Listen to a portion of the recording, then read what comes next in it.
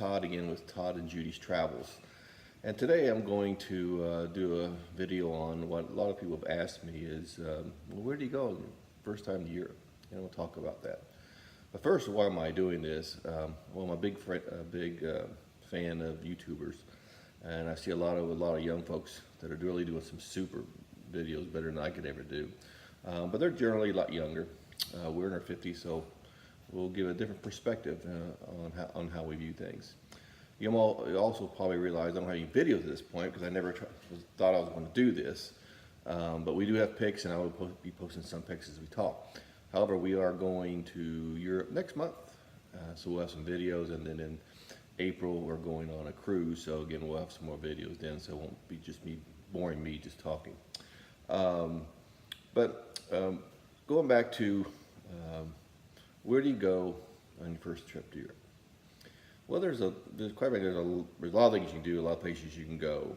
And in my first video, I talked about why people don't go to Europe. And a lot of times it's they're afraid of security, afraid of cost, afraid they don't know the language, afraid they don't know how to get around. And, you know, I certainly understand all of those. So last year, Judy and I decided to go on a cruise. This was an ocean cruise. It was on Norwegian, not that I'm promoting Norwegian or anything, but it was, I believe, like a 9-day cruise. It started at around $700 per person. It was more expensive for us because we upgraded to a balcony. Here's a hint for you: if you ever upgrade to a balcony, then you'll generally never go on a cruise without a balcony. And the thing about a balcony, which is kind of neat, is when you're going in and out of ports all the time,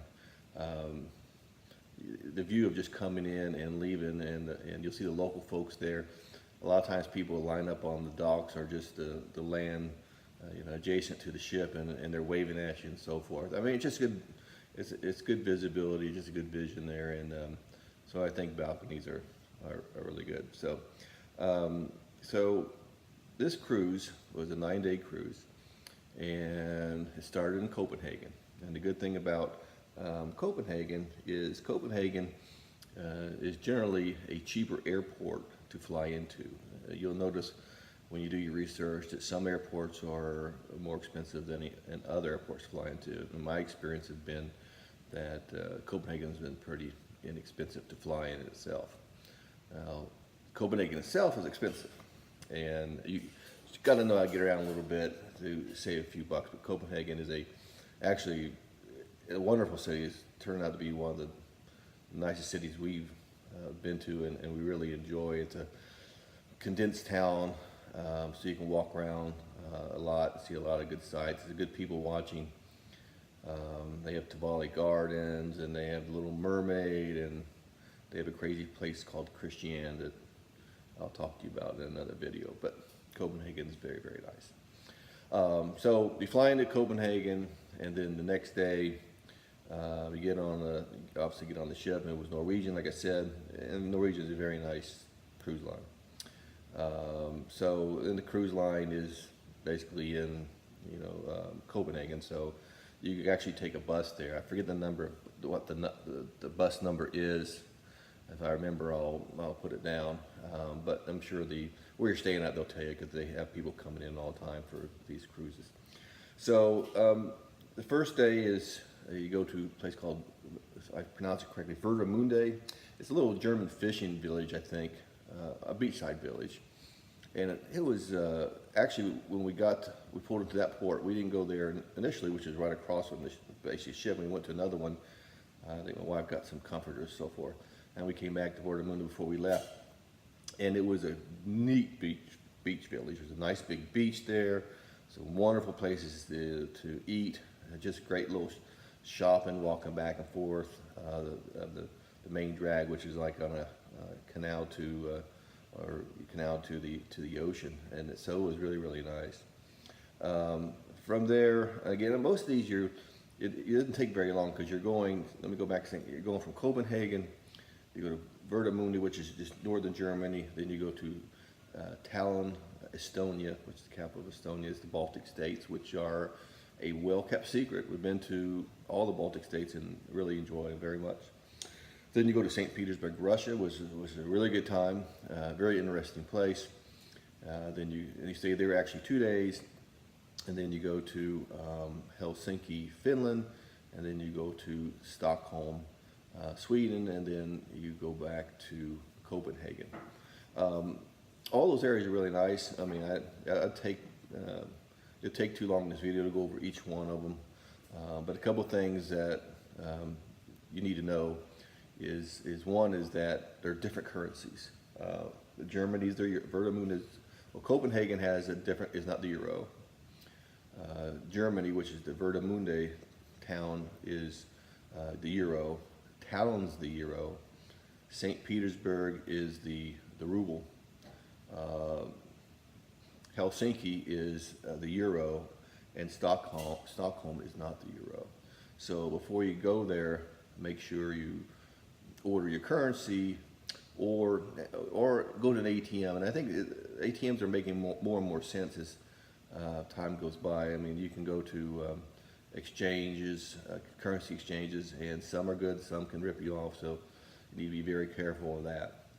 The other thing you want to be careful of is that when you go traveling in Europe, make sure that you, for your debit card and your credit cards, that you go online and put that in that you're going to be in these countries during that period of time. Because what will happen, you can basically go into yourself and you put in between this date and that date, I'll be in these countries. Because if not, what's going to happen is, like, after the first time, they're going to deny your card's going to be denied, or your credit card's going to be denied because of possible fraud. And then you'll be getting on the phone trying to call back internationally saying to unfreeze my card. So make sure you do that. What we always do is we order currency from our bank, and it's okay on the exchange rate. So we take that, we take some cash, American dollars, and then we kind of use the ATM. And most time we don't use the cash, we just keep that. We use the foreign currency and try to use all that, and then, and a lot of times we'll just use an ATM. So I think that's kind of changed over the past. It used to be a little more difficult years back to get currency exchange and all that. It's a little bit easier for you today, so don't get worried about that. So what's really good about the cruise is, thinking as a first-time person to Europe, is you don't have to worry about traveling as far as travel accommodations. How do I get to point A to point B, point C, point D? Because the ship does that all for you. So that's a great relief, because a lot of times part of a trip is the stress. What causes you the most stress is sometimes the basic administrative stuff. How do I get point A to point B and don't get lost, take the wrong train, or I'm driving a car in Europe and I don't feel comfortable about it. So the good thing about it is the ship is the transportation. And so that's a great stress reliever. Second of all, you don't have to find any accommodations because the ship is the accommodation. That's another thing, is when you're going from different towns in Europe, you gotta find a place to stay. Are you gonna find a place too expensive? Are you gonna find a place at all? Where is it at versus where all the action is? Blah, blah, blah. And obviously the ship, you can also get help. I mean, if you have questions, you can ask the concierge and so forth, and they can really help you out. So one quick thing about some of these cruises is that on these short excursions, you can get charged a lot of money to do a short excursion, especially with St. Petersburg. And I'll do another video on St. Petersburg to talk more in depth about it. But in St. Petersburg, you have to have a visa. You don't need a visa. You have to go a visa if you weren't going on the ship, and you don't need one if you're only going for a couple of days and you're coming off the ship. However, you must have a tour guide in order to get off the ship.